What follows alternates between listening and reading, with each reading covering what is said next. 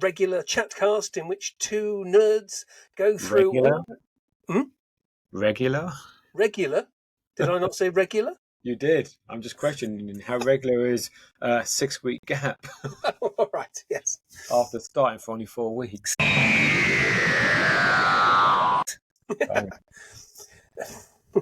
Hello and welcome to the return of the Replimat, a sometimes regular chatcast in which two nerds go through all of Star Trek Deep Space Nine and all of Doctor Who in chronological order from start to finish.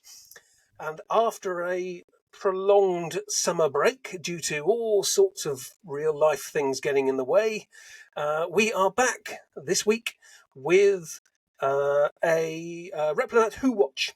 That's what they call. That's what they were called. Yep.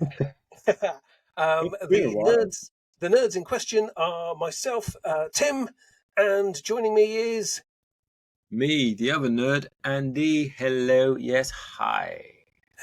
hello. And this week we are watching episodes 1, 2, and 3 of the Dalek Invasion of Earth, which was written by Terry Nation, directed by Richard Martin. We are watching World's End, which was episode 1, and that was first broadcast on the 21st of November 1964. We are watching episode 2, The Daleks, from 28th of November 1964, and then episode 3, Day of Reckoning, first broadcast on the 5th of December 1964. With very respectable viewing figures first time around as well, 11.4, 12.4 and 11.9 million.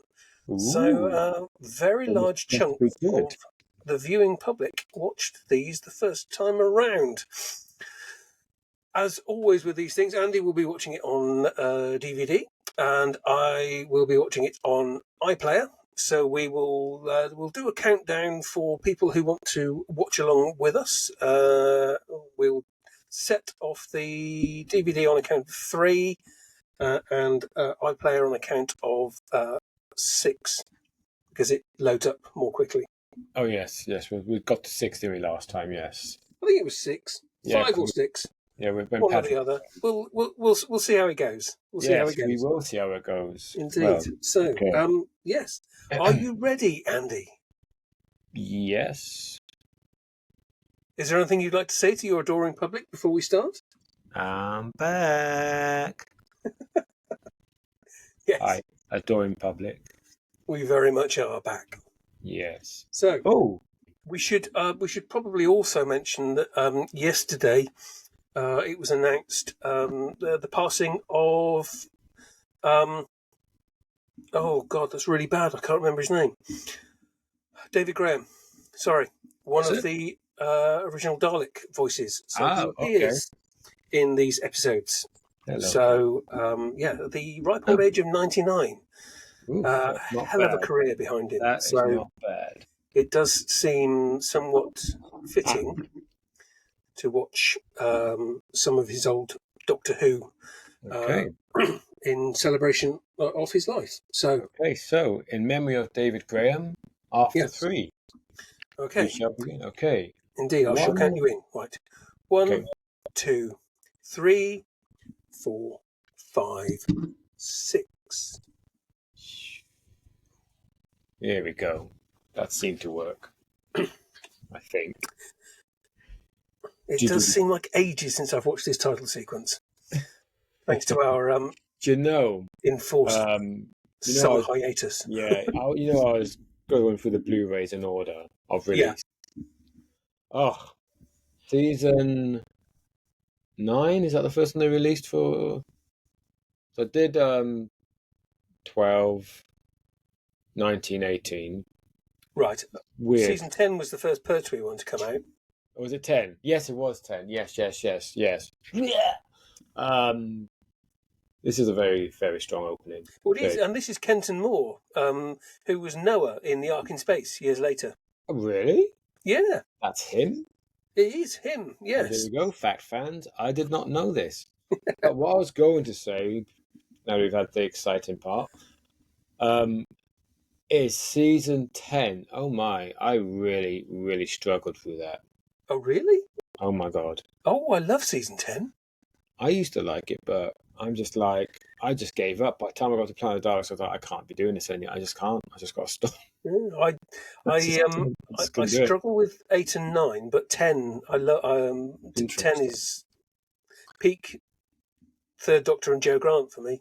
I expect I'll enjoy it when we get to it, but nah. It just as a season, it just was like, ugh.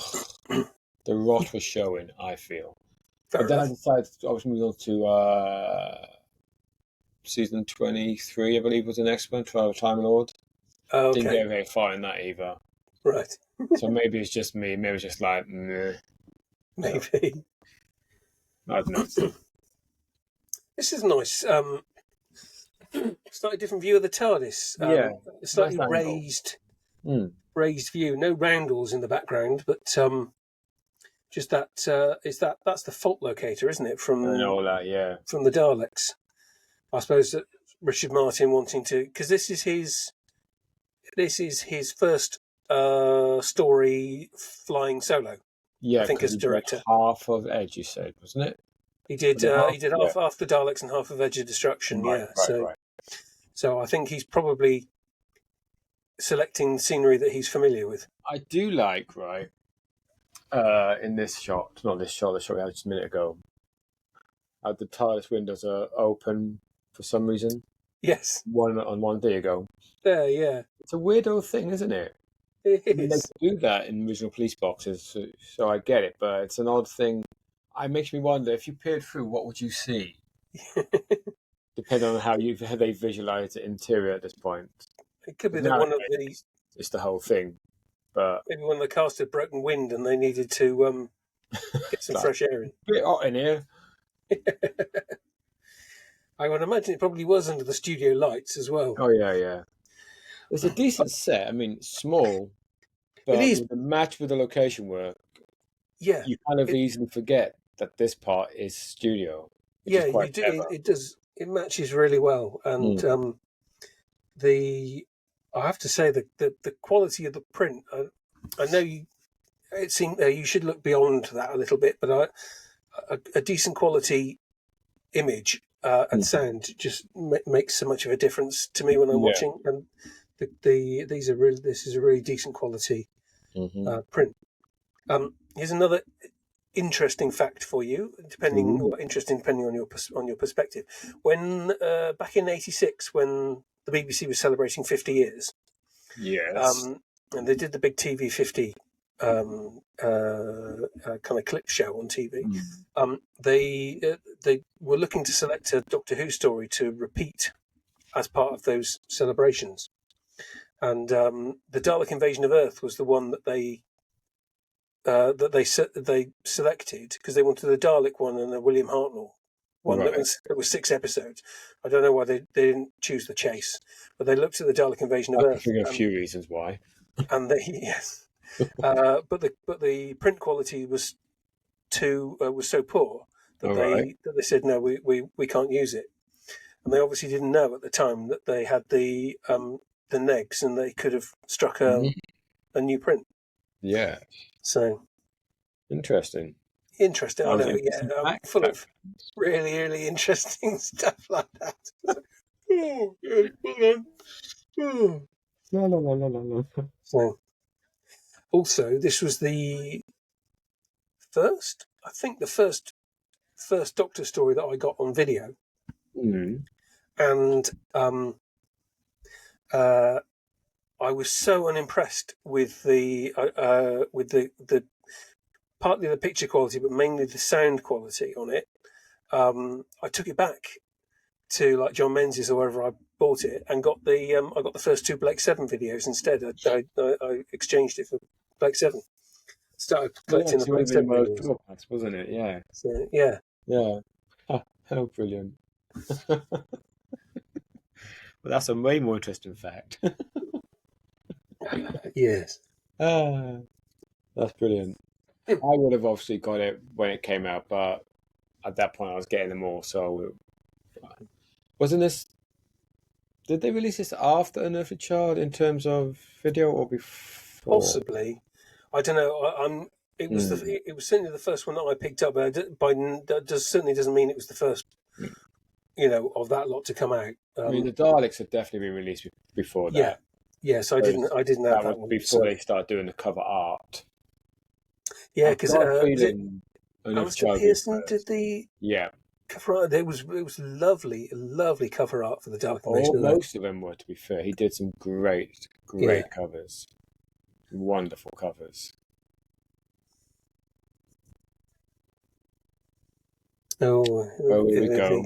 Jolly good smack bottom. That's exactly what I was thinking, because that's what he says to random people too nowadays, according to Moffat. Yes. It's an idea. A lot to answer for. Here's an idea, just for larks. Shall we watch Twat when we get to 10th Planet from the Doctor's point of view? Just as a bonus, because we'll do it in sequence anyway. God, that's gone a long time away. But when we get to it in 12th Doctor time, it could be kind of entertaining. It do. Just for a lark. Well, it would make it stand out how awfully characterised it is, I suspect. Yeah, You'd be like, I'm sure how much of a lark it'll be. Yeah, all right. Well, that's a sort of ironic laugh then. Yeah. This is so wonderfully done. Yes. Our dear fans can get our first insight into our view on New Who. There is some there's some lovely external filming for this story, and I know it's the first, apart from what they did for the Reign of Terror. I think that this is the first time they've gone out. It just opens the story up so much. I have some good facts for you shortly. Once Barbara's doing her running away bit. Okay, good stuff. It might even be here, but I don't think this is the same location that they film with Barbara later. It's hard to tell. If it's in the same area, then it's. But definitely when we do the Barbara bit. Yeah. From my time back in London. Because it looks. For a while I thought it looks. There's something about it that just seems a little odd, seeing Hartnell out and about on location like that. And it took me ages to realise it's because it just hasn't happened like that before. No. So all you've seen is his body double taking a stroll. Yeah. But yes, to actually see him out there and performing on film, it's I'm resisting talking about Terrence's book at the moment, even though I've read this episode certainly, because I haven't finished the book yet. So we can talk about it next week properly. Yeah, so I think it's one of the first books in a while that's enough that you can talk about it. Because the last one, there was nothing really, was it? One. But Terry had a fair bit to say because Ian Master did some interesting changes on that. Yes. And of course, our first Terrence book we talked about was that appallingly bad Planet of Giants. So this was a nice comparative difference. With the ones. But we'll talk about that next week. Assuming we're back next week and not next month, who knows? They very quickly split the team up into two pairs, haven't they? Is it? Nation loves doing that, doesn't he? But I'm wondering, have we? I'm not sure we've seen them split up in this way before now. I don't know that the Doctor and Ian have gone off. Well, I suppose even Daleks, not the Daleks, not the next episode.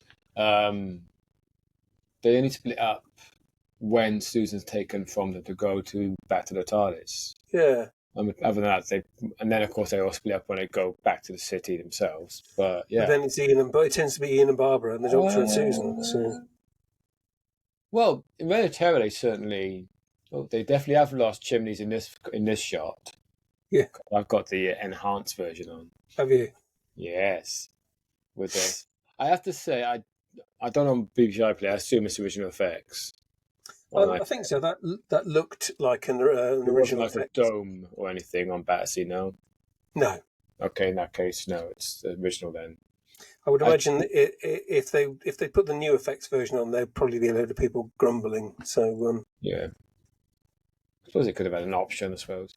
But no, it's one of those rare occasions where the updated effects on the DVDs/Blu-rays actually work really well. Yeah. This I like too, not this bit, I mean that bit about the date. That was actually, as you will find out, was a few years back. Presumably a few years back, because this is supposedly 67-ish. Because even to this day, I saw somebody talking about it relatively recently where they were convinced it's set in 2150. Like, no, that's the film. Yeah. This is 2167 at least. Certainly within the book. 2164 was the calendar that Yeah. the Doctor just had. That's somebody used way back. But yeah.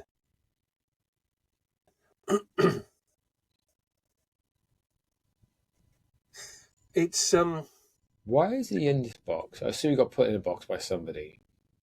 God, that was a very convincing fall, wasn't it, for a dead body? I was about to say before mobile dead body. It's a bit comfortable. The show is playing well within its means again. Yes, absolutely. There's the sets and everything. They're and the performances, they're existing sort of nicely. Yeah. Together. There's nothing that seems to be sort of straining at the straining at the edges at the moment. Well, I think it helps in this case that they're on Earth and they're not try to futurize it too much. I mean, in some ways you could argue that goes against it, but I think it makes a lot of sense. Because whenever people try to predict how the future will look, inevitably as you get nearer to it, you're like, really? Because when you consider us now compared to this 60 years ago, it's never changed that much. It's the old Jerry Anderson thing. All the Jerry Anderson series were never set quite far enough in the future, and everything was apparently, vastly different. Yeah. But so yeah, I think it does. It makes sense, unless you're setting stuff, hundreds or thousands of years in the future, to maintain a base reality from where your society was at the time. I can't remember. Again, this is more going to be a next week thing. But again, it might be the book, it might be the film, it may be in this. There's a line towards the end, something about the TARDIS, and somebody says, "Oh, you could have whichever police box you want." Or there's a line that implies police boxes are still very prevalent in London. Oh, right. But I can't remember if it's in this episode, well, this version of it, the book. It seems unlikely because the book will be written a good 10 years later. Or the film. I don't remember it from the film, but I also don't remember it from the book either. So, unless maybe just making this shit up. Unless I just missed memory of it. Yeah. I remember thinking, ooh, they didn't think far ahead on that one, did they? So I don't know. I guess we'll find out next week one or the other. If it's not in the book or this, we'll know. That was a nice stunt. That Ian going through the door and nearly falling. He's that really wet character. Ugh. Now all of this, yes, is the back of what was, at this point, the disused Wood Lane Underground Station on Wood Lane, which is opposite BBC Television Centre. Right. Now it's Westfield's big shopping centre. Oh, okay, Westfield, nice. Nothing like I remember. But in the late 80s, me and my mates used to hang out there because this is an old train factory and stuff. We used to hang out in these ruins all the time. Nice. So it's one of those situations where in my head I can see the geography not quite matching what they're doing on screen. Yeah. Unlike in later episodes of Torchwood, when we get to it, there's a whole one particular episode, in Ghost Machine. I don't know how many times you watched Torchwood. The episode of Gareth Thomason. Yeah, I haven't watched it for ages, but I do know the episode that I remember that one quite fondly. They're standing by the River Taff and they're having chips and stuff. Then they walk off towards the bridge because that's where they first get the first thing underneath the bridge. Yeah. But whenever I watch it, I know for a fact you go under that bridge there, you you now have to climb a bloody wall just to get back onto the path. So why would you go that way? But obviously, dramatically, it looked sense. Yes. It's like the bit where they escape the hub at the end when it's the earthquake thing with Abaddon. And they come out from the underground entrance, a back door or whatever. And it's like, you've literally just come out of behind the stadium, which is nowhere near the bay. It's like, wow, those are some long tunnels in the hub that takes you there. And anybody in Cardiff would have been like, what? Come on now. Come on now. And as it is in Cardiff, you can't argue. If it's like Dublin for London, fair. Yes. But when it's not, you're like, of course, that same location is part of the unit place, apparently, according to the most recent episodes of Doctor Who. Right. Because you see the Doctor and Mel driving past them too. You're like, uh-oh, we're filming in Cardiff again where everything looks like London. But anyway, yes. Yes. It's an interesting old first episode when you think about it, because it's mostly just the regulars. Yes. Which, I guess, kind of like the Daleks, isn't it? It's just the regulars leading the way again. It is, yeah. Surprisingly works. Yes, it does work because it doesn't feel necessarily that kind of like heavy and centered on the regulars. It's as much about the surroundings. Now, I've got to assume there's other entrances into their little cave and stuff, because Dortmund obviously ain't going to be going through stuff like that. No, there's... It will be quite difficult. There are several entrances. This actor who's playing David. Yes. Fucking awful. It's not so much the way it's written. I mean, the whole romance thing is bad enough, but the character's written fine. And he comes across in the book fine. But his performance is very, I don't know, it's odd.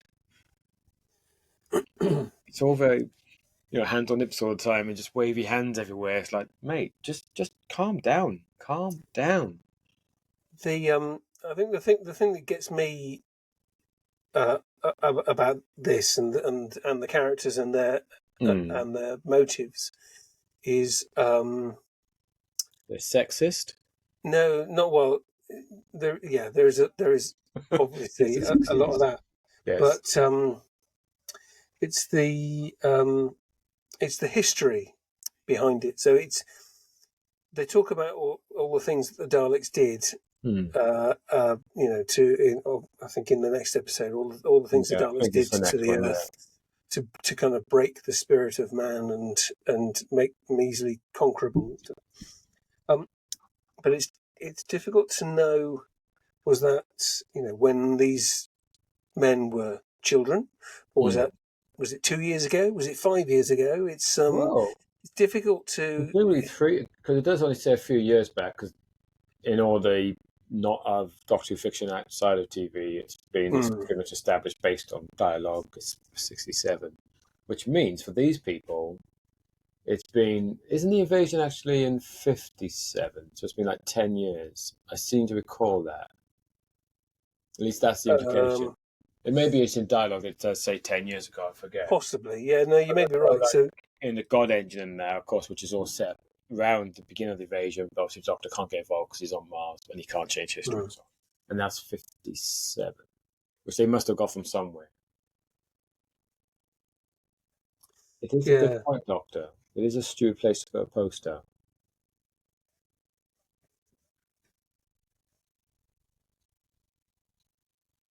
Is it? Surely it's how the person was killed is a reverse murder or not. Not dumping him in the body in the river.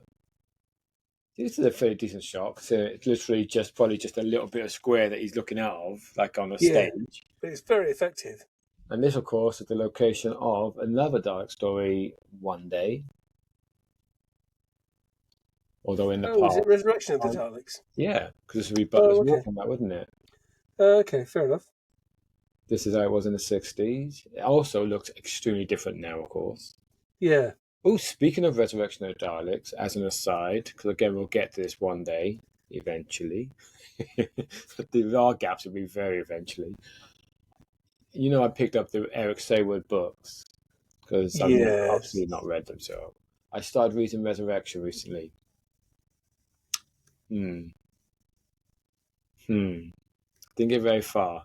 The Doctor hadn't even arrived in London yet. I was just like, oh, this is just...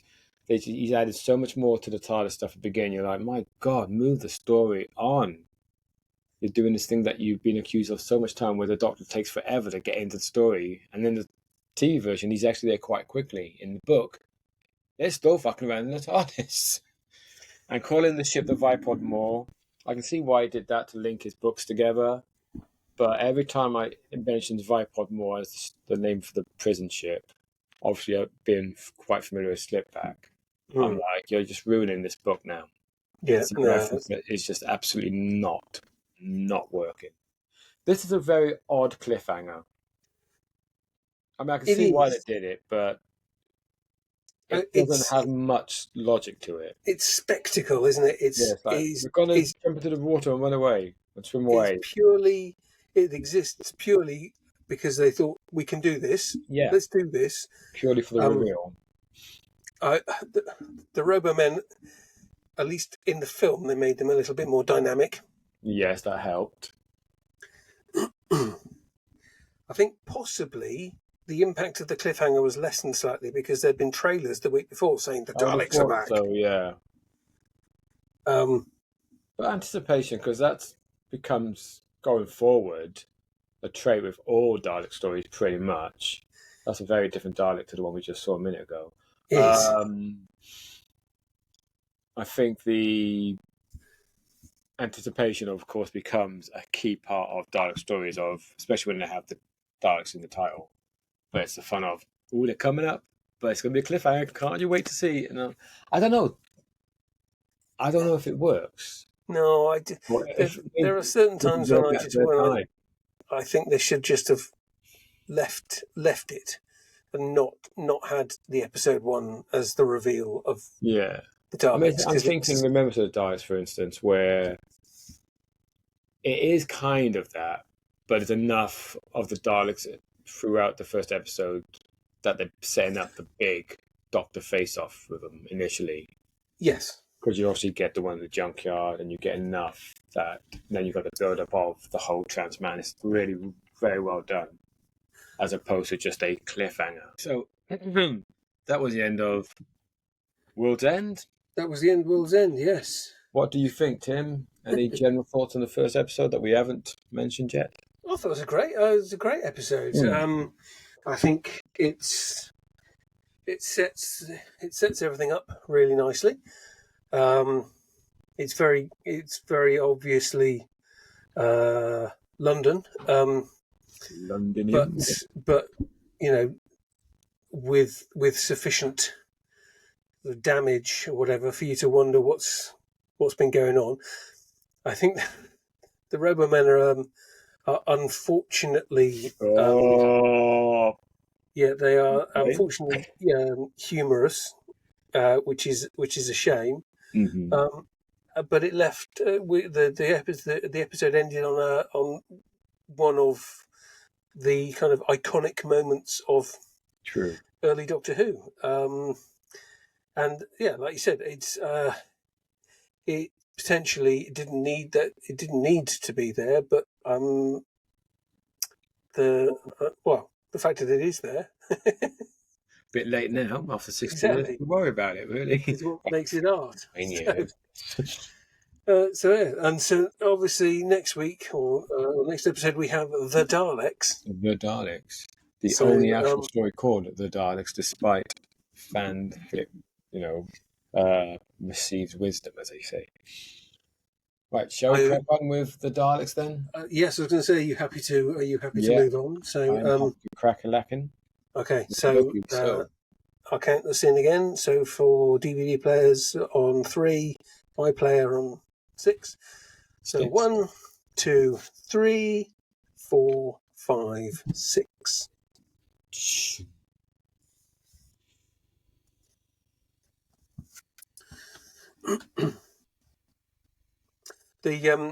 going back to that the TV50 clip show that I mentioned. Yes.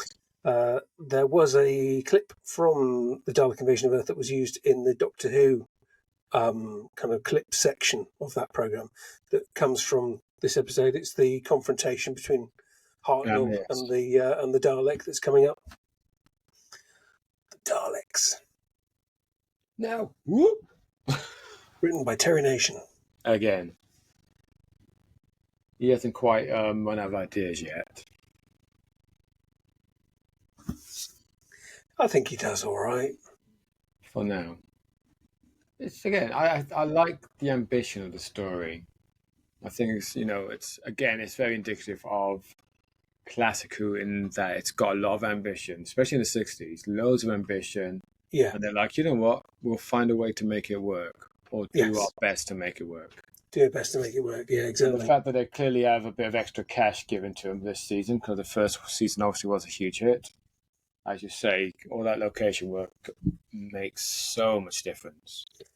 Well, they've put a bit of thought into it as well, because of they've given the Daleks those the satellite dishes on the back. Yeah, and the new bumper, so that the bumper thing underneath.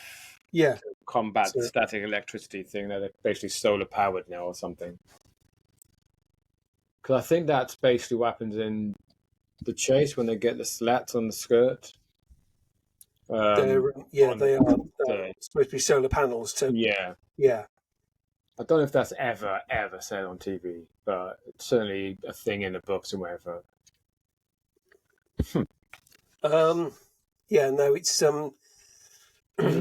it's mentioned by the production team, but it's not. I don't think it's ever mentioned on screen, as it were. No. So.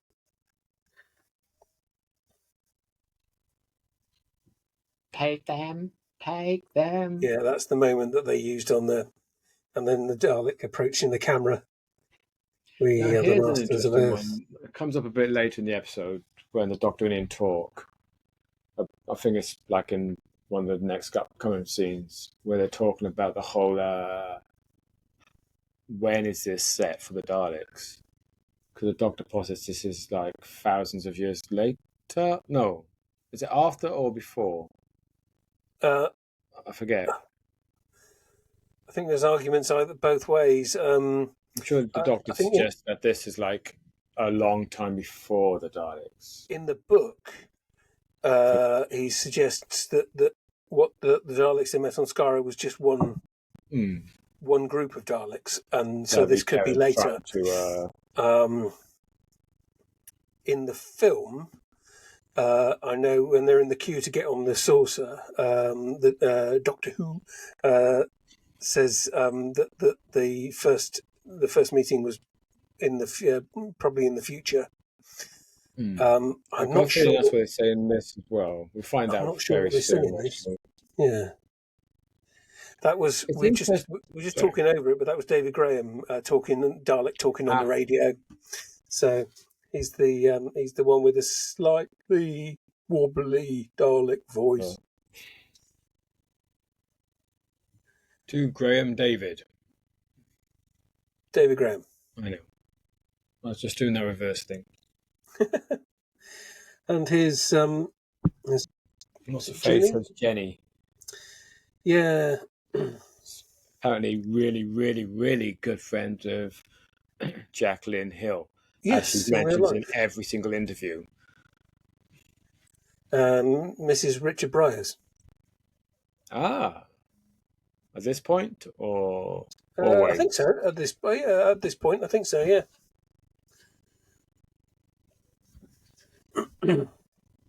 This is Bernard Kay's first Doctor Who as well. Who's playing Tyler.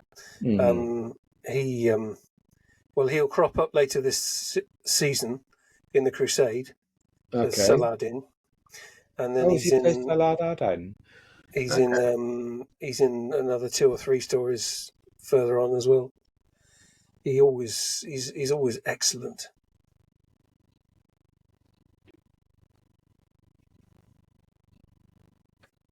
Because this is the episode where they coined the word Dalekanian, which is the bomb, I believe. Yes. And And in the then, newer Who, certainly well, in more it's recent Who, they've no made this Dalek Dalekanium's thing. Dalekanium's the metal. In Day of the Daleks, Dalekanium is the, or no, Dalekinium I think is the metal in this. Dalekanium is the bomb in Day of the Daleks. Possibly, I'm sure it's mentioned in this one. I forget. We'll find out in a minute. Yeah, I'm sure Dortmund says Dalekinium is the metal that the Daleks are made from, because the acid in his bomb he thinks will destroy the Dalekinium that the I Dalek must is say, I made from. prefer bonded polycarbide armor. That sounds so much more believable. It does. Well done, Ben Aronovich. Frankly, this is also a fairly impressive set for what it's trying to convey. Here we go.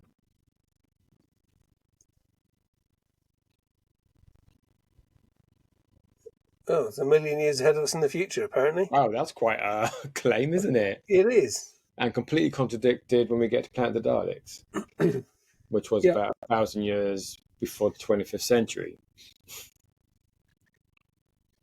Yeah, you're right. It's an impressive. It's an impressive set. I mean, obviously there's the ramp coming down is a little wobbly, but you can look past that. Having the blow ups of the Daleks around the edge of the set as well just kind of gives the impression that I there's imagine a much greater presence. Back when it was first aired, I suspect it was very convincing. Well, Even yeah, the Dalek blow-ups at the back, but obviously everyone was watching it on a very small screen and a bit crackly and stuff. Yeah. I mean, unfortunately now you can tell they are, but that's the way it goes, isn't it? Still, it's a very decent. The backdrop is convincing enough. I've never had a problem with the Dalek blow-ups, the photographic blow-ups. I was about to say, apart from Destiny of the Daleks. No, The ones in Destiny of the Daleks don't bother me. They don't bother me at all. People carrying bloody empty cases on the dunes. Oh, we got some fun stuff coming. I keep saying coming up. Eventually, one day. This is where the Dalek Supreme they didn't finish painting him. I think this is why he's got a striped skirt. So he's not the same one as later, apparently. No, indeed. He's a sub Supreme or something. But he's a Dalek not quite Supreme. And there's something really nasty as well about the Dalek just going kill him rather than exterminate. It's just because despite what Adventure in Space and Time said, the whole exterminate thing is even here is not a thing yet. Well, no, it's mentioned once or twice in the first story. It's mentioned a few times in this story, but nothing like this. Exterminate or something, but they don't say exterminate. Yeah. It's not their war cry at all. Yeah, I mean that becomes a thing in possibly a Chase. It might be a Dalek Master Plan. Yeah, but it's definitely not for a while yet. It's funny, isn't it, how not the memory cheats, but so much as people misremember stuff and conflate things, even though all the evidence still exists to show that's not actually how it was. It's like a microcosm of today's politics, really, isn't it? I suppose the tricky thing for this story, and possibly for the original Dalek story as well, is that you've got the TV story that obviously wasn't available for years and years. You've got the film version, which was shown reasonably regularly. You've got the book, which for this is reasonably faithful. For the original Dalek story is a whole other reinterpretation of the adventure. It's funny, right? I mean, in the cover of the book, I was reading about what Chris was saying about it in Clack. Oh, in Clack, yeah. Pick it up, guys. And every time I look at a cover, I always thought it's quite bizarre that it uses imagery from the movie version of this. Yeah, I mean, I've always assumed it's because the movie was the more accessible version. Chris says the Roboman, he basically made it up because they didn't give him anything. It's just coincidence that it just happened to look similar to the film. Oh, really? And presumably he must have seen a poster of that Dalek saucer, which obviously is very much. Yeah. Which did you spot when I recently watched one of those? What was it? What's it called? The body speakers. I did see that it was on the cover art. It's actually there. It's a spaceship at the end. But it's just literally a superimposed image on a field, which they obviously just had access to somehow. They didn't even have the model of it. And I'm like, that's really randomly quirky in this obscure film. I'm assuming it's an Amicus film, is it? Well, it would have been Tygon, so no. Oh. But they obviously got it from somewhere. It's a British. They didn't have a model of it. They just literally had a superimposed image over the field. You can see it's clearly not even remotely there. Not solid, nothing. It's an odd thing. Very odd thing. It's only in the cut. When I saw on the cover, I was like, that's random and weird. So I had to check the dates on it. It's like, no, this is definitely way after. But yeah, crazy. It is a slight disappointment. The Dalek voices in this, they've not got the grating quality that they had in the first story. So they sound. See, they don't sound wrong. They just don't quite sound right. I don't mind though. I like the fact that, again, the misconceptions that people create in their own head, the idea that Daleks have always sounded the same, which is also very much not true. I quite like that. I like that. I mean, look at the Dalek right behind them. How can you not hear them? I think that Dalek's not supposed to be seen. That's a classic Richard Martin. What's that Dalek doing there? Goof type thing. Just not either picking the wrong camera angles or having something set for a later scene that is visible in the current scene. But no, as I said, I like not to pick up on that. I like that the Dalek voices are all quite different from story to story at this point. There's no human deformity to it all. It's kind of nice. That's why I am very much a big fan of the Daleks' voices in Day of the Daleks. I think they're great. So wrong, but so good. It's like, I don't know. Is operating. It's like, I like it. I hate the special edition version of it. Did you just see that the Dalek moved away out of the background? I did. Which is... It's almost like they're like, oh shit, get out of shot. Yeah. Too late.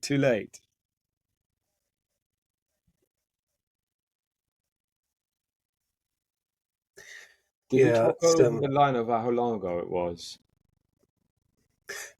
Well, they're kind of in that conversation now. Craddock started it in the cell. I think we might talk over it. They said how long ago. Down they go. Woo! I love that. The first one's like, oh shit, no, you lost control. Out of control.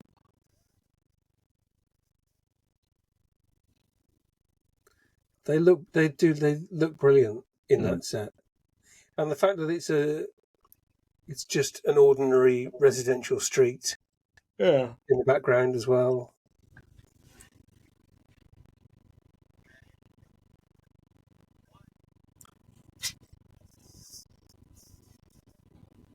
Yes. What do they want here? In Bedfordshire.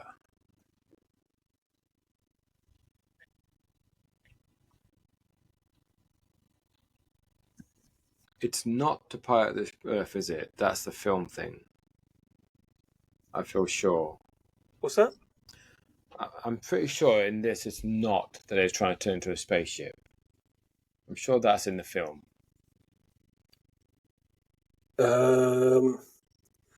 See how things merge? And the Dalek going, right now, I'm going to make an announcement. Yeah. I'm sure it's in this as well. It's certainly in the book.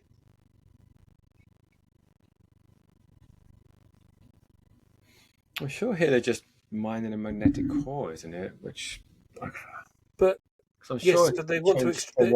I think in all the versions, they want to extract the magnetic core so that they can then pilot the planet which is just wherever they want. absurd. Oh, bless.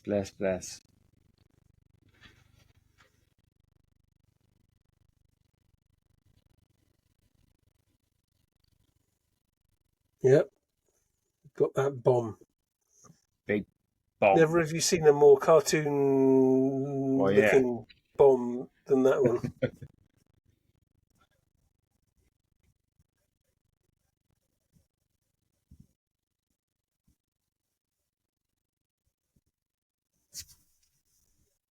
Hello, Kit.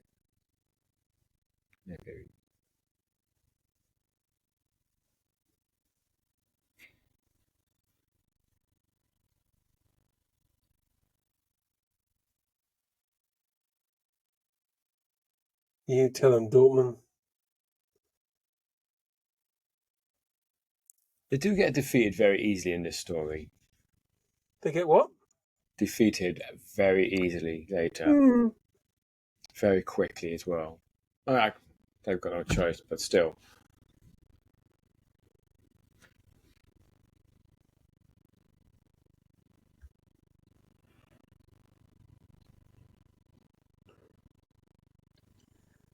Oh, I can't believe nobody else thought of that. I know that's it.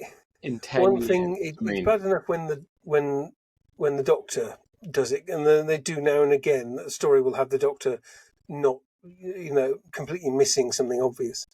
But yeah, when you've got a whole load of people there, it is ludicrous that nobody else will have thought of that. Dortmund, who's supposedly a genius, yeah.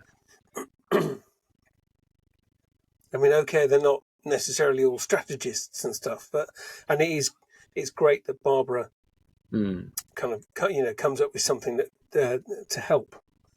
I love the I love the sort of gag about Boyle's law and stuff in this scene. It's a lovely moment of charm between Hartnell and William Russell. You don't always get them. You get a lot of moments between the Doctor and Barbara and the Doctor and Susan. True. It's nice to have one with the Doctor and Ian as well.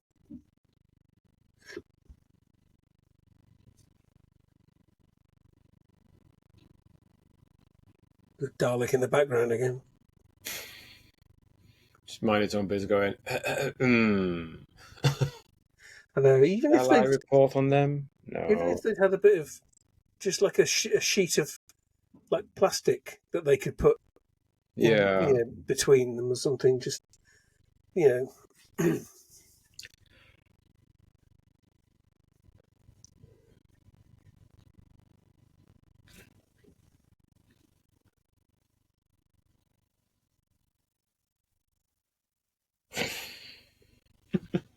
Right aloud, old toss, shut up.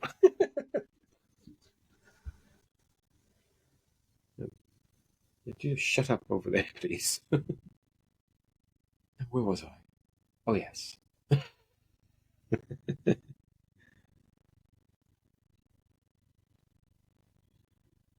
I feel sure he just made that up. Possibly, but he does it incredibly well. He's very watchable. I'm not even sure if that bit. Bless him. I mean, gosh, look how different he is now compared to only a year ago. Yeah. Character. Nowhere near the character that he's going to become in later New Who stories. And this was the last story filmed at the end of that first recording block. National Lottery? You going to tell me I won money? No. I was hoping National Lottery was like, you won. It's like, hey, bye-bye work, bye-bye everything. Oh, it'd be nice, wouldn't it? Yeah, it would be lovely. I get a fleet of mopeds then.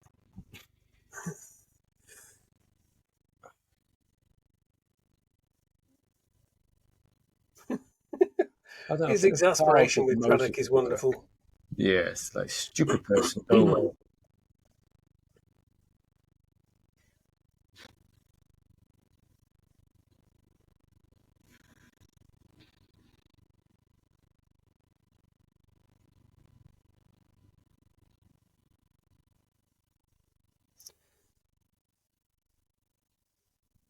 it's quite a long scene, this one, but it's still it is. It doesn't feel like things aren't moving forward. It's it does feel like it's things are progressing. Don't you follow that little way of getting out? Is it took two of them, well, three of them technically, to hold that there and that there. The Dalek was only going to do one of them with his sucker arm. Yeah. I mean, plus, of course, I'm sure the Dalek would have a much more creative way of getting out of the cell than having to do all that nonsense. Like, I don't know, access directly with his plunger. Yes, it's just it's obviously just been set up to test the inmates, occupants. Yeah. Yeah, you're far too smart. You can become a rogue man. Take off his coat.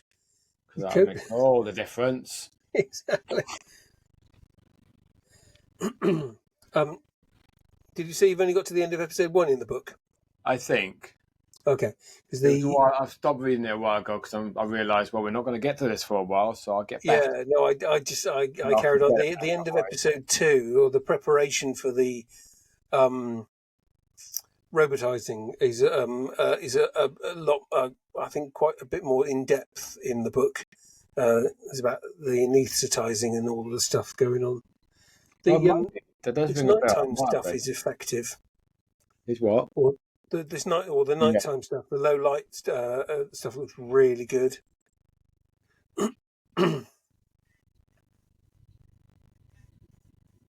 That was definitely a case of don't touch the set. Because as soon as they threw the bombs and touched the set, wobble, wobble, wobble, wobble. Yeah. I mean, look at it. It wobbles. It's not even a flat.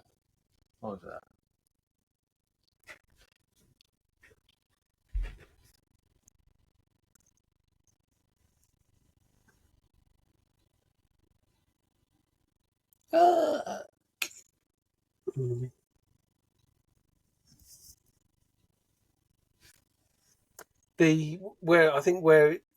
Where it does fall down slightly is in these in these sort of action sequence, battle sequences, the sort of the larger set pieces, when it's moving out of its moving out of its comfort zone.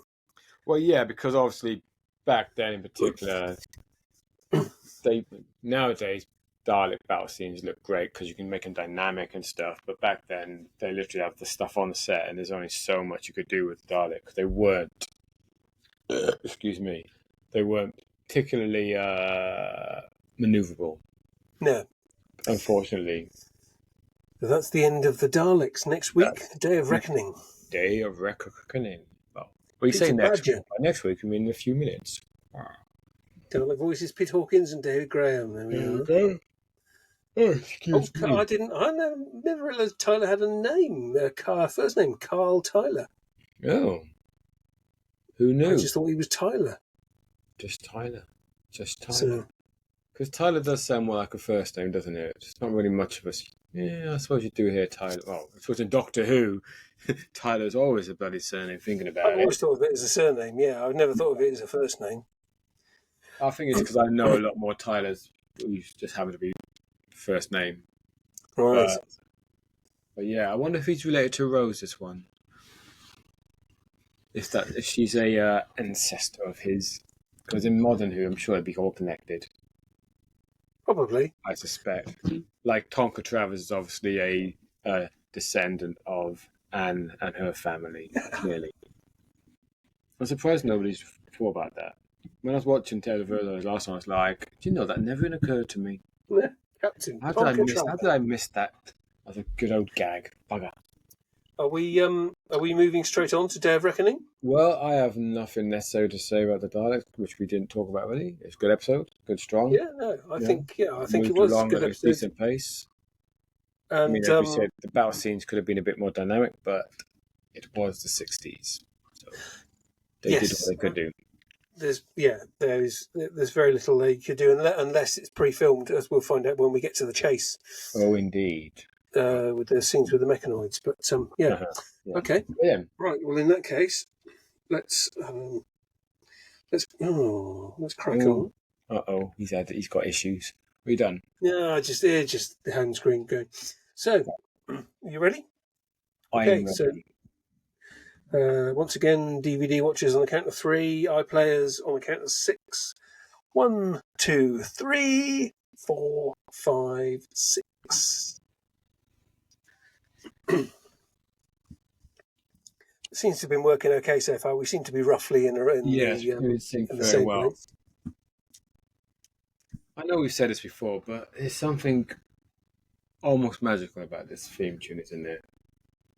It's just amazing that they managed to hit gold just like that, so easy, with the composition theme tune. The theme, oh yes. Yeah, and indeed the guitar sequence is something very right about it all. Hell, at work sometimes, Orbital did their version of the Doctor Who theme, Doctor ? I play it at work every now and then. Right. But what the fuck is this? Because it's just dun dun dun dun dun, and people are like, "Is this Doctor fucking Who?" It's like, see, all you needed was dun dun dun dun dun dun dun dun before it even goes into the actual. But then it kicks into high gear, and they're like, "Oh, fair dues." I'm like, "Yeah, see, one of the best pieces of music ever fucking written." Oh, it wasn't a Replimat after all. It's Baker.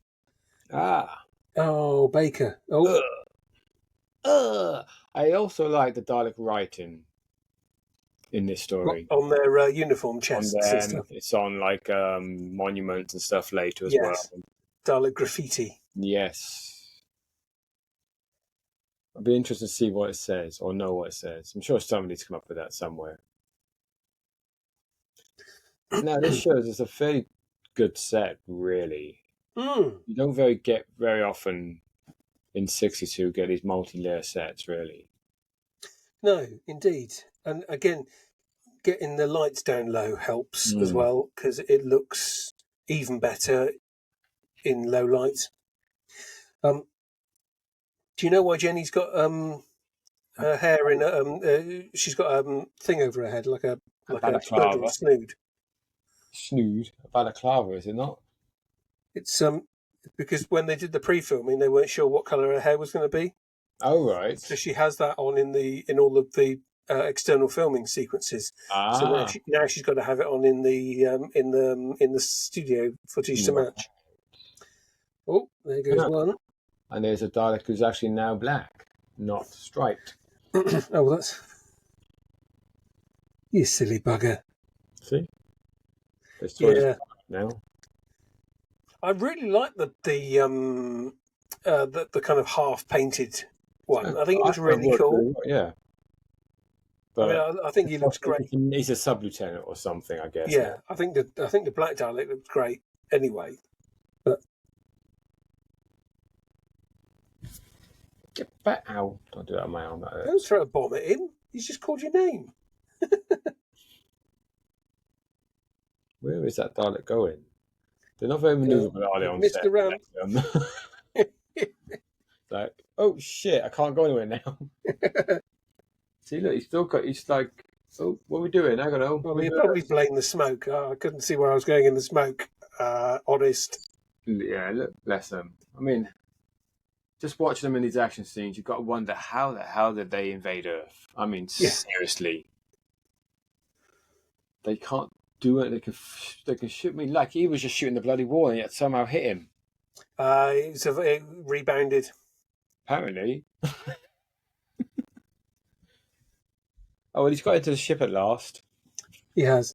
He's like, found the ramp when you weren't looking. But his voice... on the floor, right? His talking voice doesn't sound like it's being processed there at all. No. It just sounds like it's they him. Were they at first, really? I think it was more... They did it. Well, but they spoke into the kind of sports mic that was connected to the ring modulator. But that doesn't sound like it's going through a ring modulator at all. A bit like in Revelation. There's definitely not much. Yeah, I know that either. They did it deliberately there to make it to differentiate between the human Daleks and the other Daleks, but I think the subtlety was lost on a lot of people who just seem to think they don't quite sound right.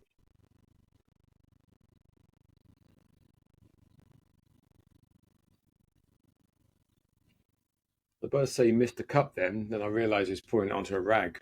Yeah. So he started going, oh, it's like you missed. Oh, it's a rag. Okay.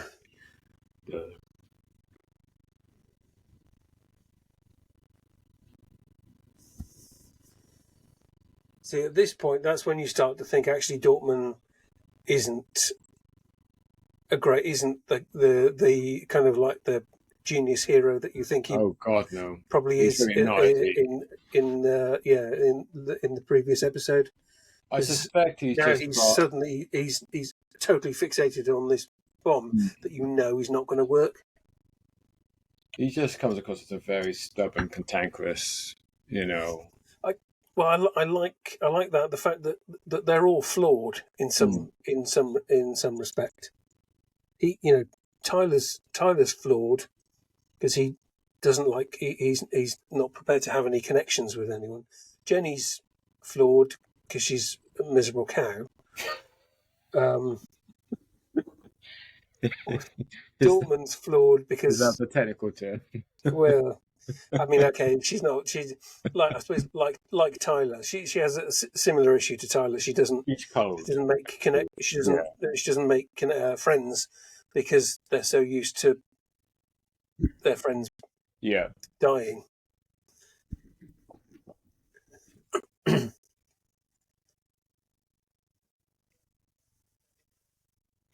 See, what I do like about this story and similar stories is it's very 60s view of the future.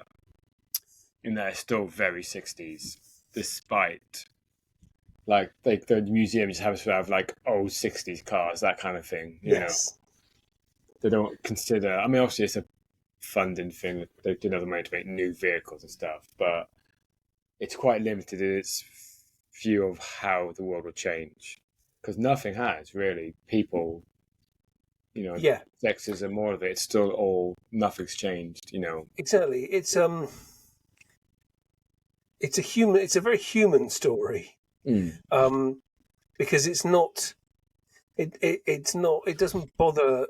It doesn't bother itself over the changes in society or the landscape or anything like that. It's not about showing everyone how what's changed in the future. It's about giving the audience like a relatable human story that the audience can invest in. And I think as has probably been said very often, it's reminiscent of experiences from the Second World War. That was only 20 years before this, still very true. in recent living memory.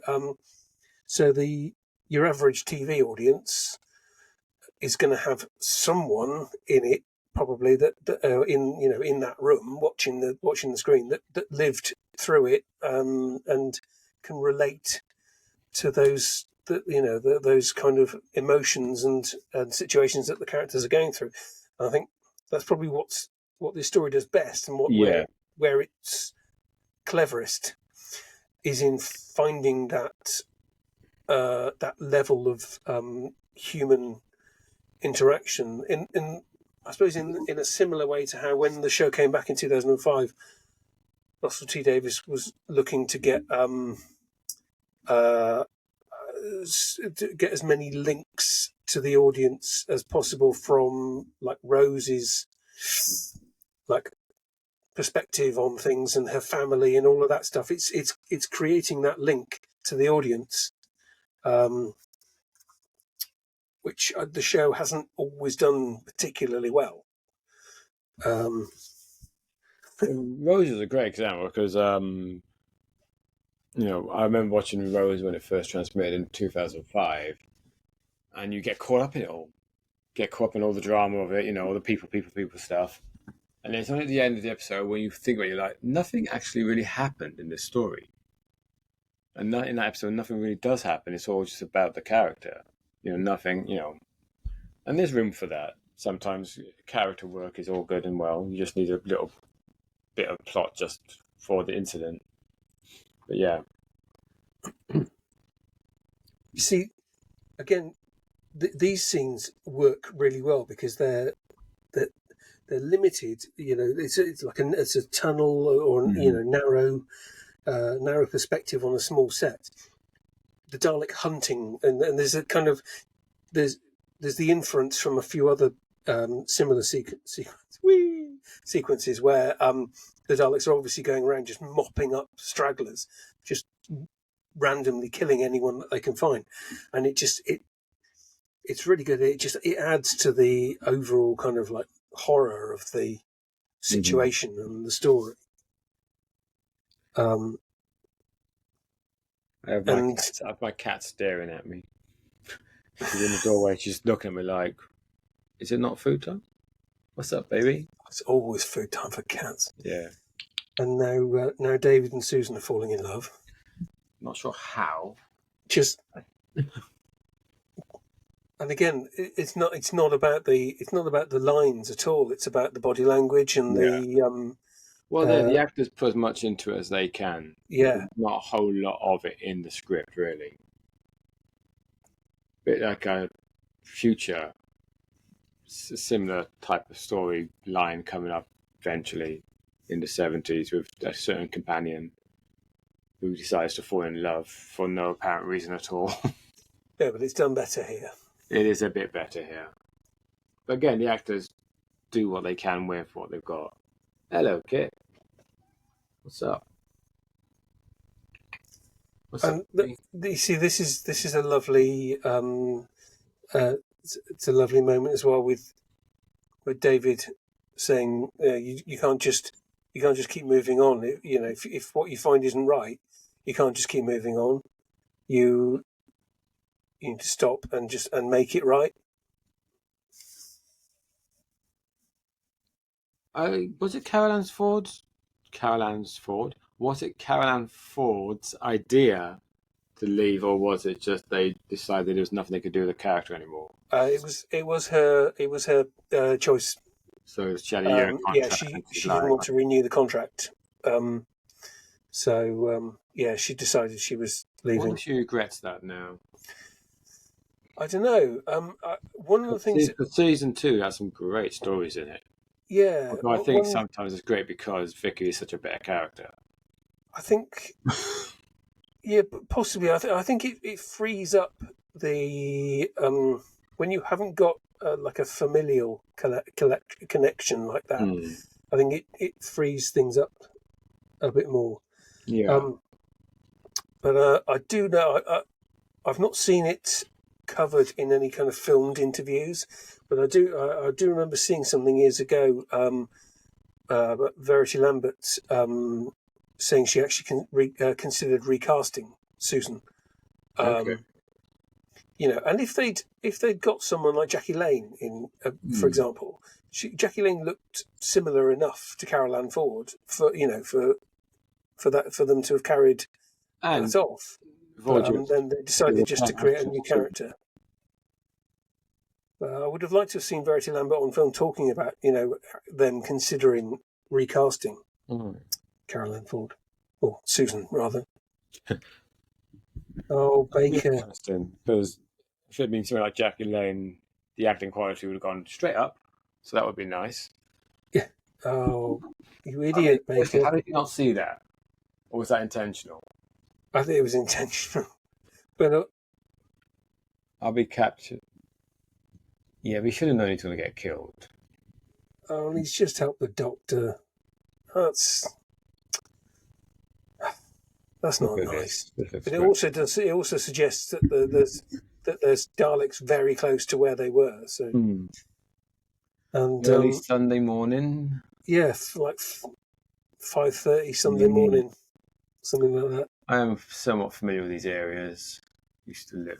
Well, these areas I am as well, because I used to work at one end of Westminster Bridge. Oh, really? So yeah, just past the Houses of Parliament. Okay. House of Westminster area. So.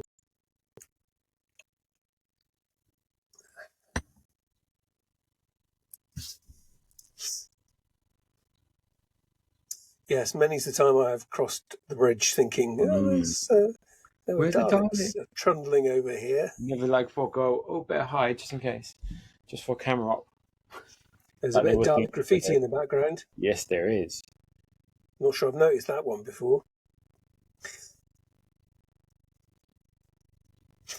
I'm assuming they're just like on random patrols. That was Millbank Tower in the background, wasn't it? And then there's Houses of Parliament and St. Stephen's Tower. St. Stephen's Tower, or the Elizabeth Tower as it is now. Not Big Ben, despite what they say. Well, no, but Big Ben is inside. In the middle of the street. That looks, I mean, it's a nice shop, but they surely would have stayed on the pavement just instinctively. And that's even when the road's empty, you're just instinctively stay on the pavement. That was at Whitehall. Yes. Towards Trafalgar Square, which again I'm very familiar with from working around there for years. I used to go there a lot. Looks very different now again. London is so different now. Yeah.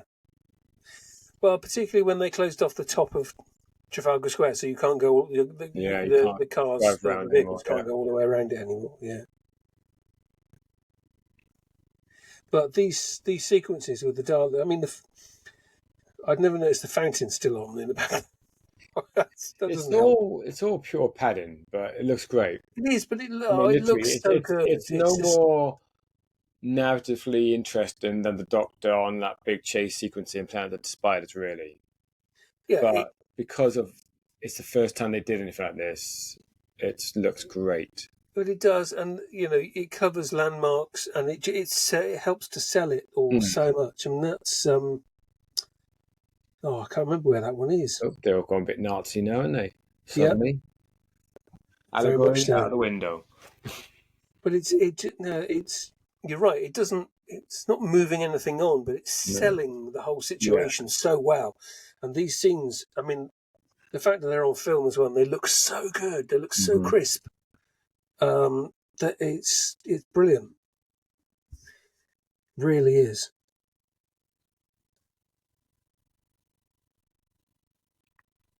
And when they made the film, and they had, but arguably they had the more time and budget to do that kind of thing. They didn't.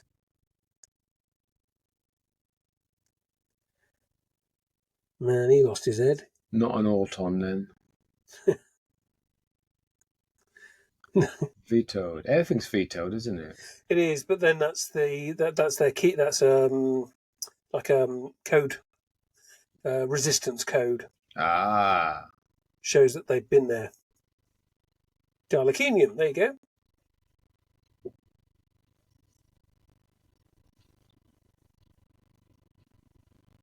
Dalekinium.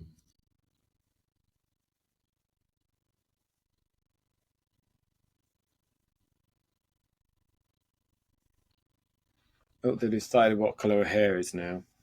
Yes, I believe so. Yes, I don't know whether she was, whether that's just her natural blonde hair, but yeah, they've obviously gone with that. So, well, certainly she's always quite blonde in the interview, so I assume they were thinking of darkening it or something. And they thought, actually, no, we've got Jacqueline and Caroline already dark, so. Yeah, it does make sense, doesn't it? I know you said it slightly tongue in cheek before. I do like the fact that a very strong personal friendship struck up between Anne Davis and Jacqueline Hill doing this, and that that endured. I'm sure they endured for years. I'm sure they were friends already. I'm sure. No, I think she said they met on this. Okay. But they lived, or certainly in later years, lived quite close together. I could be wrong. I may be wrong. Then maybe they did know each other already. But I don't know. Just because I watched an interview with her in what was it? It would have been in the Jacqueline Hill documentary thing on the season 18 box set. Okay. And because she was saying they've known each other since they were like college and all this stuff. Oh, okay, fair enough. Then, They shared a flat together, all the usual. So yes. So I suspect, I may be wrong, but I've got a feeling that Jacqueline actually suggested she go for the role as a potential new companion. Right. apparently there's a story going around that she might have been Susan's replacement, but I'm sure it's one of those. Yes. She's like, well, I was never told at the time, sort of thing. But now that's apparently what it was. But yeah, it could be one of those things that feel made up after the fact, because that does happen. It seems they couldn't get the contracts sorted in time, so she was asked if she would be, or if she would be interested, but I don't think she was available to be a full-time cast member anyway. It would have been interesting to see what they would have done with her as a character going forward. Yeah, I mean, what almost certainly would have happened would that she would have softened immediately. Yeah. So I don't know though, because in fairness to the show at this point, Ian and Barbara have been very consistent. They've developed, but Barbara still will confront the Doctor as much as she would when she first started. So I don't know. I guess we'll never know, obviously. But it's fun to speculate. Oh dear.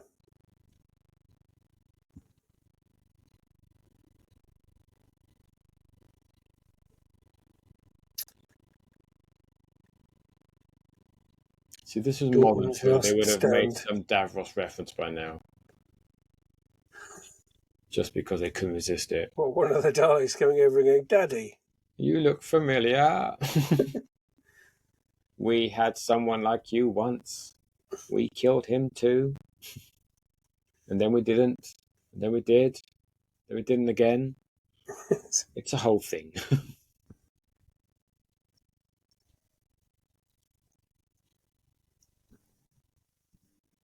Yeah. Really though? You see, moments like this. It's funny, but it's just like.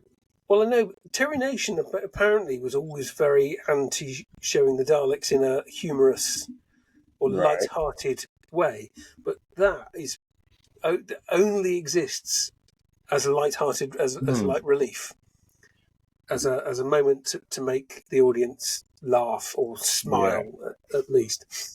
And so I wonder if that was added by David Whittaker. Very like, probably was. Or by the director on the day when they were doing it, or if it was there in Terry Nation's script. Yeah, I imagine Nation saw that if he ever watches these things back, and he's probably like, "I did not write that line." I can understand. I've done that with stuff like with Big Finish of Yourself, where people put stuff in. I'm like, I know I did not write that. I would never have written that line. No, you just go with it sometimes. Oh, I love that. Susan just said London's crawling with Daleks. I think that is possibly the first time that crawling with Daleks line has come up, but it comes up again in so many Dalek stories. It's a great line. Despite the Daleks. Turlough says it in Resurrection of the Daleks, at least. He has places crawling with Daleks. Yeah, I don't think I got that far in the book. I'm not sure you will get that far in the book. Yeah. It started off so well. I mean, the prologue, which was all new, I'm like, oh, this is actually really good. This is some really good writing. And then it all went a bit wrong. So I don't even remember. I don't remember anything positive about it at all. Don't worry. One day you'll have to read it again. Will I? Oh, God. Sorry. We've set a rule now. I do like this scene with the Doctor and David and Susan as well, with the switcheroo. Mm-hmm. Around who's making the decisions and stuff. It's again, just it's charming. It's a charming moment for Hartnell and Carolyn Ford.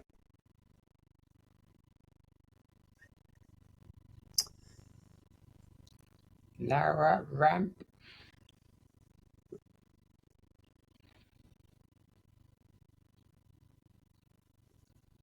Doesn't Tom Campbell, doesn't he escape in a garbage chute in the film? Or yes, he does. Remembering completely. Yeah, he jumps. Tom and Louise jump back through the garbage chute in the film. Yeah. I assume that'd be Wilf's ancestor. Descendant, sorry. Yes, indeed. So, but I'm assuming in this they. Oh, hang on, no, they might do it in this one as well. They might just jump. They might just.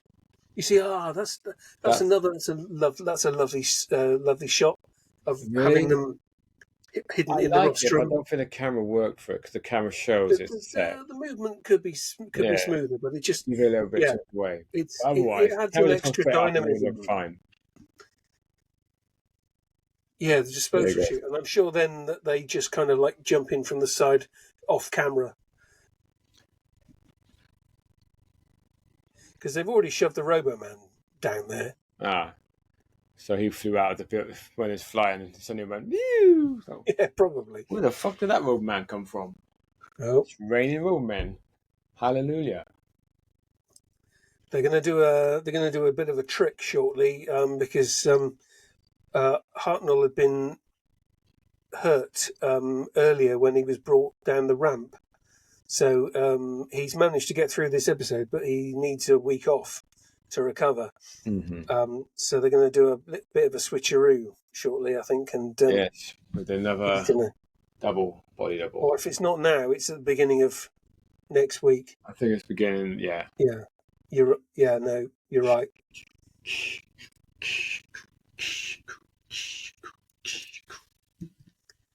I have to say. Do you? Go on in. I do. I really have to say. I really have to say this. These episodes have trundled by. I was thinking that too. It does seem like we zipped through them. Yeah. So obviously we have. Yeah. It's. I have said in the past, if I had to pick a Hartnell story that was my favourite, I would usually pick this one. Really? So I would be inclined to go for Romans. Right. Okay. Because I think everything just completely clicks there. But again, taking into account there are obviously a few stories that sadly do not exist in their entirety or at all. But yeah, I would generally tend to go for the Romans as one of the good examples. Well, it'll be interesting when we get to the Romans, because I've never been particularly fond of it. Really? I always thought it was just a bit too daft. Well, it's going to be interesting when we do our end of season 4 then. So yeah. So you maybe one of those Planet of Giant thing where it all switches around. Was it Planet of Giants? Yeah. No, Sensorites. Sensorites, yeah. Yeah, where we were both surprised at how much we enjoyed that, which was quite... Well, yeah, I mean, at the moment, the Aztecs is a clear sort of standout leader. But, it's definitely earned its reputation. Yeah, I really enjoyed that. Any final thoughts then, Andy, on those 3 episodes of the Dalek Invasion of Earth? Have they come back in style? Well, I find Dalek Invasion of Earth, for me, it's one of those stories of over familiarity, because again, obviously it was such a well-known in the film, and it was one of the earlier VHS releases, so I've watched it countless times. But that's not always a bad thing, because if you enjoy something, you do rewatch. So I like it, but it's one of these stories that if I was watching it on my own, I would absolutely be on my phone, because I'm too familiar with it. I know I would miss a single thing. So it's kind of fun watching it with somebody else, because then you get a little bit of a different perspective, and they point things out. You're like, "Oh, I never thought about that," So, but no, it's a good one. The first 3 episodes crack along, like you said. It does. We've been on here for an hour and a half, and it does not feel like it. No, not at all. It's or maybe just because we haven't done this for a month. Possibly.